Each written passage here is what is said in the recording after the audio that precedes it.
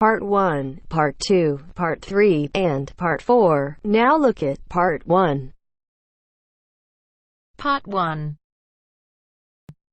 You will hear a conversation between two students about buying a used car.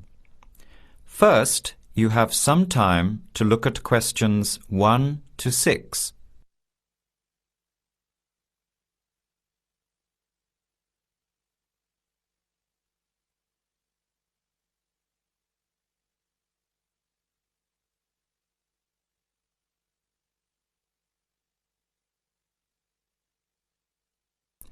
Answer the questions as you listen.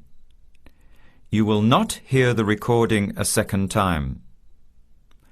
Listen carefully to the conversation and answer questions 1 to 6.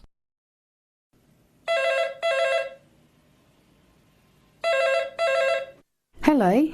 Hello. Can I speak to Eleanor, please? This is Eleanor speaking. Hi. My name is Jan. I'm calling about the car that was advertised on the notice board in the Student Union building. Is it still for sale? Yes, it is. Your ad says it's a 1985 Celica, in good condition. It's old, but it has been well looked after. My family has had the car for 10 years. I'm just the third owner and my mother had it before me, so we know its history. We've got all the receipts and records. It's had regular maintenance and the brakes were done last year. It runs really well but looks its age. Why are you selling it, by the way? Well, I'm going overseas next month to study. I'll be away for at least 2 years, so I have to sell it. Unfortunately, it's been a good car. You want $1,500, is that right? I was asking $2,000, but since I need to sell it quickly, I've reduced the price. Would you like to come and take it for a drive? I don't live far from the university. Yes, I'd like to have a look. What time would suit you? Any time this evening is fine. Well, I finish classes at 6 o'clock. How about straight after that? Say 6:30? Great, I'll give you directions.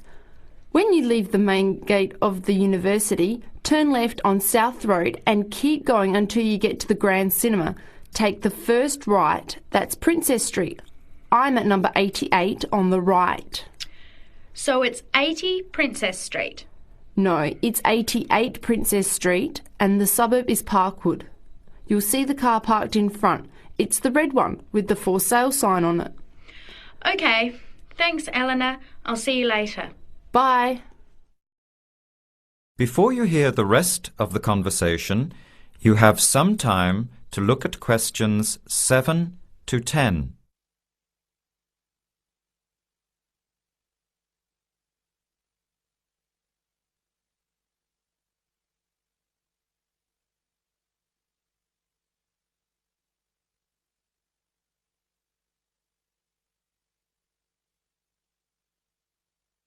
Later that day, at the university, Jan meets up with her friend Sam and tells him about the car. Hi, Sam. Hey, Jan. What's happening? I'm glad I ran into you. I've decided I have to get a car. You're going to buy a car? Do you really need one? I'd probably still be driving, except that my car broke down last year. Instead of getting another one, I just moved closer to the university and went back to riding a bike. Better for the environment, better for my health, and I save a lot of money. Did it really cost that much? Well, when you think of registration, insurance, rising petrol costs, parking plus maintenance and repairs, it adds up. I know it's going to be expensive, but I really need my own transportation. It takes half an hour by bus each way to university as it is. But now I'm working at night in the city. There's no way I want to hang around waiting for a bus late at night, then walk 3 blocks home alone. Hey, I think you've got a point there. So what kind of car are you looking at? It's an 85 Celica, same kind as I used to have. The owner's asking $1,500. That's pretty old. How many kilometres has it done? You know, I forgot to ask. I'll have to check tonight when I go to see it. Would you be able to come with me to have a look? At about 6:30? Sure, I'll come, but I don't know a lot about cars. I do know one thing, though. I wouldn't buy an old car without having a mechanic look at it first. That's a good idea. But won't it cost a lot? Not really.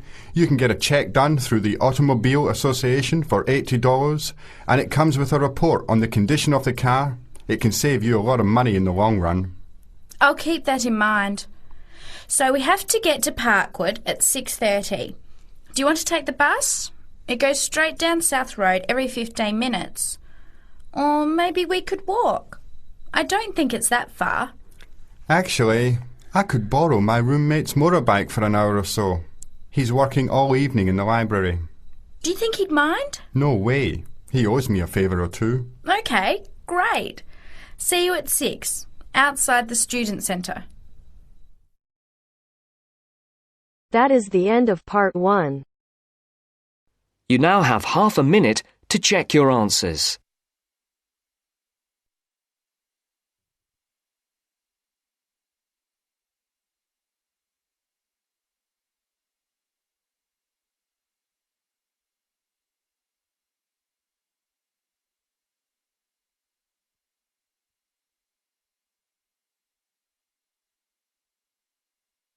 Now turns to part 2. Part 2. Section 2. You are going to hear a lecture about dining services. First, you have some time to look at questions 11 to 14.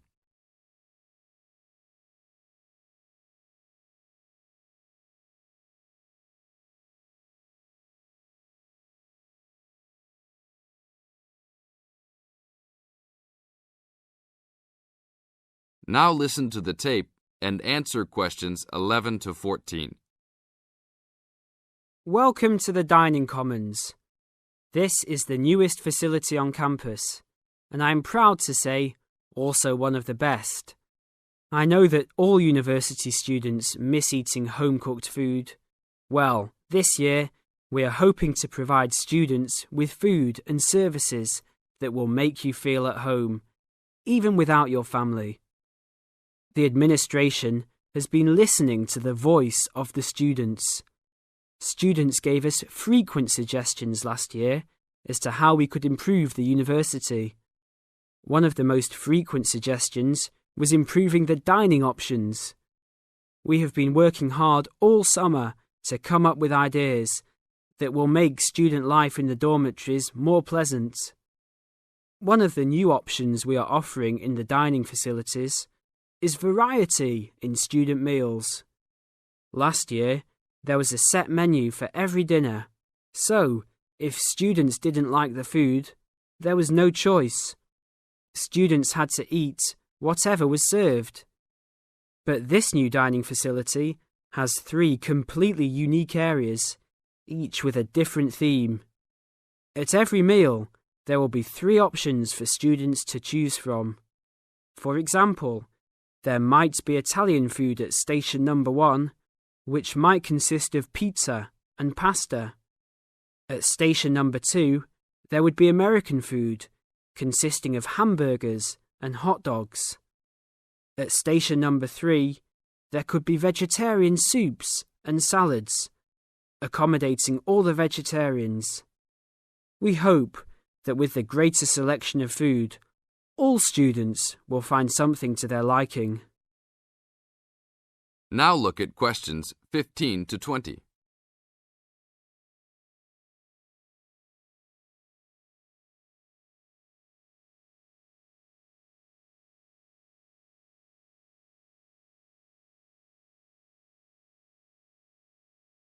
Now listen to the tape and answer questions 15 to 20. Not only will students have more options, the food will also be better. Each section of the facility will have a head chef. These are real chefs that have been trained in culinary school and have been hired specifically by the school to work in the dining facilities. All of the chefs have a speciality. The school is hoping that these chefs will prepare better tasting and more nutritious food. Every student will be able to make suggestions and also give their input as to which menus taste better. Last year, many students complained that the dining facilities didn't have very convenient hours. This year, we hope to change that. We will open for breakfast at 6 a.m. to accommodate all the early risers. In the evenings, we will open until midnight for all the students that like to go for a late night snack. The afternoons will still remain closed, but we will have a student store open that will provide all students with drinks and fruit.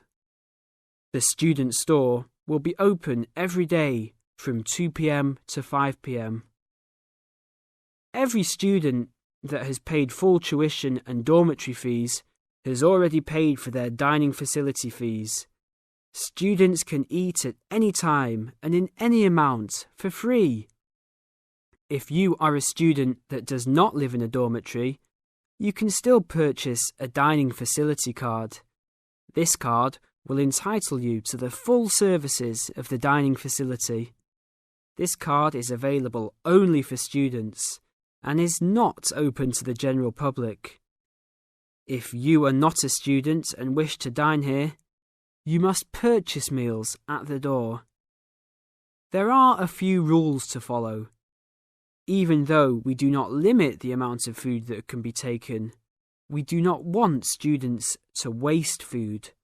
Please do not take more than you can eat. Also, every student must clean his or her own trays and plates. We will provide plates and trays for student use, but please do not abuse these items. Please do not leave your plates on the tables. Your parents are not here to clean up after you anymore, so I hope all students will be responsible. Thank you for your attention and enjoy the upcoming year. That is the end of part 2. You now have half a minute to check your answers.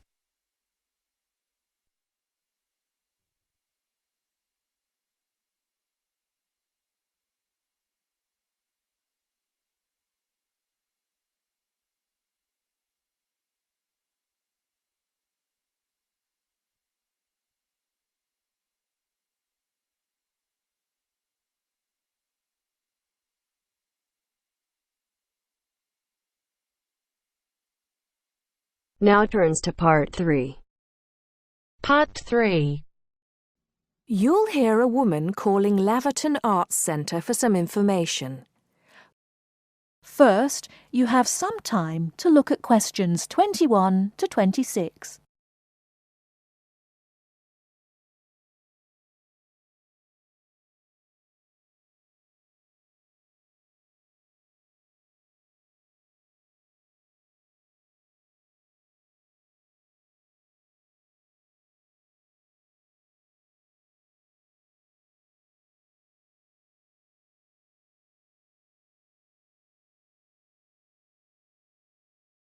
Now listen carefully and answer questions 21 to 26.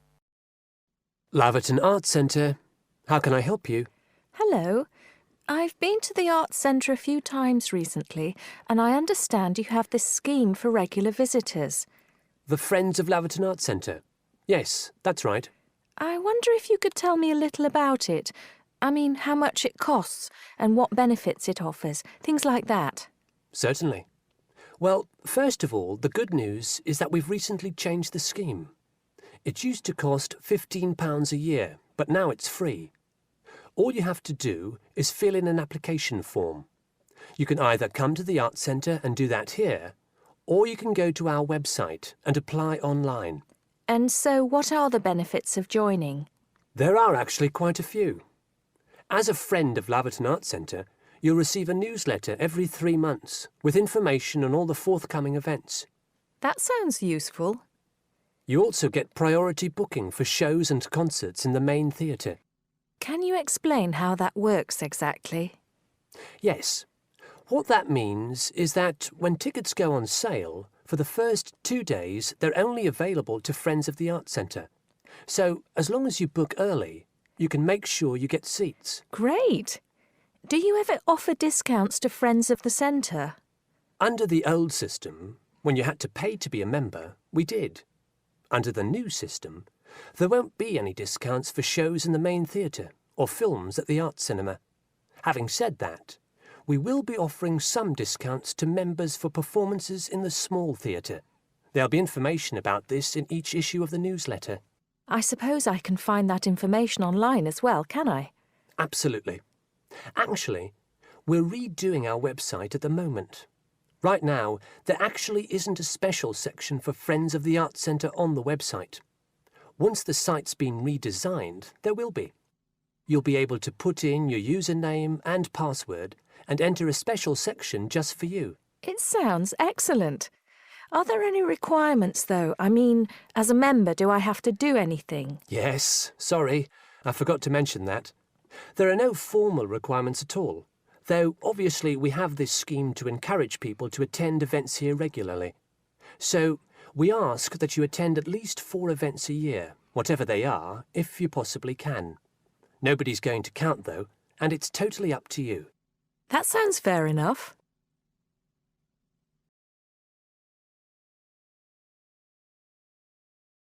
Before you hear the rest of the talk, you have some time to look at questions 27 to 30.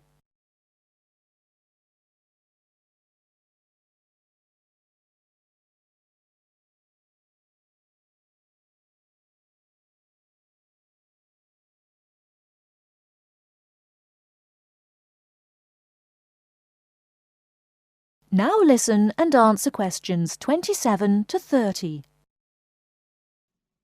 While you're here, we're actually conducting a short survey of people who phone up the Arts Centre. Would you mind if I asked you a few questions? It'll only take a couple of minutes. Sure, no problem. Thanks a lot. So, how many times have you visited Laverton Arts Centre in the last 6 months? Well, I've only lived in the area for the last 4 months, so not that many times. 3, I suppose. Yes, that's right. Fine. And how did you first find out about the Arts Centre? Let me think. Oh, yes, a friend invited me to a concert, and I came with her. Have you ever seen a film at the Arts Cinema here? No, I haven't, to be honest. In fact, until you mentioned it earlier, I didn't realise you even had a cinema. One more question. If we offered a free tour of the Arts Centre, including things such as going backstage to look at the dressing rooms, would you be interested in going on it? Oh, yes, definitely. I think a tour like that would be very interesting. I'd even pay for it. That's great.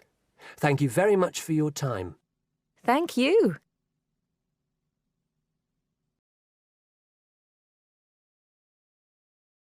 That is the end of part 3. You now have half a minute to check your answers.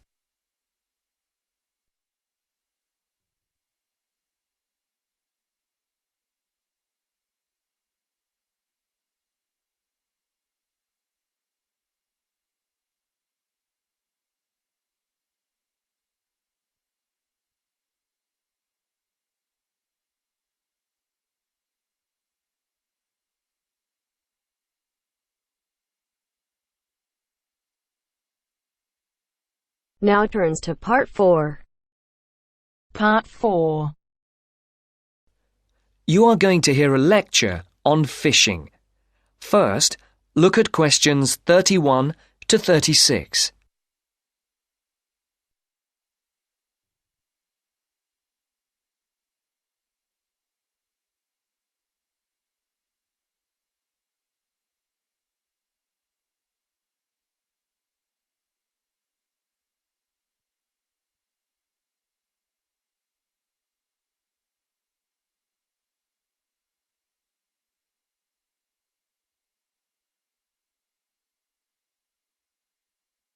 As you can see, there are 4 alternative answers, A, B, C, and D, for each question. Decide which alternative is the most suitable answer and circle the correct letter. Good morning again, ladies and gentlemen. And in case you've forgotten, my name is Dr. North from the Marine Habitat Research Unit at the university, and I'm going to continue from the lecture that I gave a fortnight ago on humankind's relationship with the sea from a historical point of view, and also on attitudes to different types of fishing. In today's talk, I would like to focus on the current problems in the fishing industry in Europe, and in particular, the present scarcity of marine fish. As with the last lecture, I've placed a book list, a few relevant articles, and a copy of this lecture on the department website. A statistic to begin with. Since the 1970s, stocks of the most heavily fished species have fallen, on average, by 90%. And why has this happened? Well, there's a chain of events which begins with the demographic changes that have taken place in the world over the last century. During this time, the world population has grown at a phenomenal rate, with efficient and heavy fishing, which is technology-driven, meeting the increasing demands for food. As a consequence, many fishing stocks in the European waters, from the Atlantic to the North Sea and the Mediterranean, are now on the verge of collapse. But the problem is not restricted to European waters. It's a situation that's all too clear all around the world. Fish stocks in the Pacific Ocean, for example, are now on the verge of collapse due to a combination of overfishing and natural changes in ocean ecology. And there's another reason behind the increased demand for fish, and that is the changes in the eating patterns of different countries. Certain countries have a long tradition of fishing, for example, the southern European countries, but eating patterns have changed in countries like the United Kingdom, where fish was once considered as food for the poor rather than the rich. People have been turning to fish as a cheap and healthy alternative to meat, driving up demand and depleting stocks. Food scares like BSE and foot and mouth disease have also driven people away from eating meat, which again is invariably replaced by fish. Before the speaker continues, look at questions 37 to 40.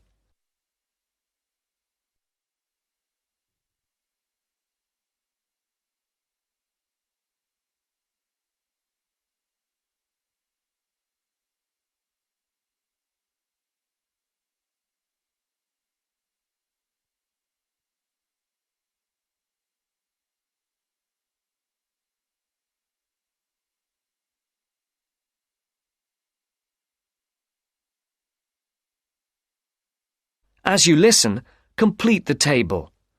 Write no more than 3 words for each answer.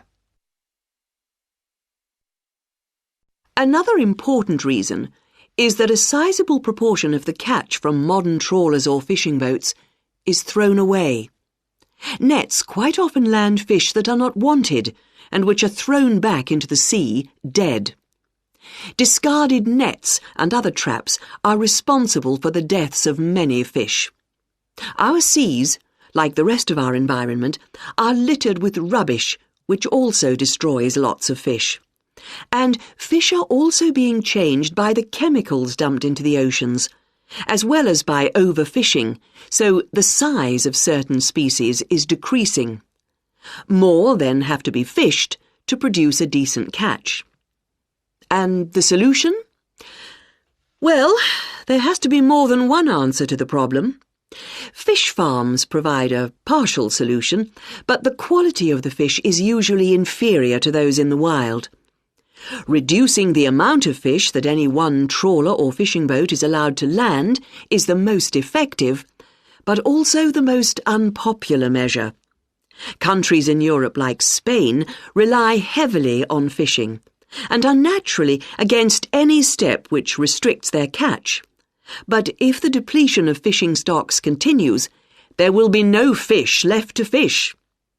Take the disappearance of cod from the Great Banks off Newfoundland, which was once the richest cod fishing area in the Atlantic.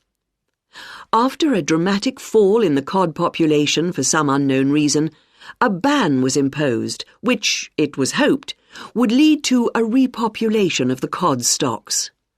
The cod did not return, and many fishermen were put out of work. This is a scenario which we do not want to be repeated on a large scale. Now, if you look at this table on the screen, you can see where That is the end of part 4. You now have half a minute to check your answers.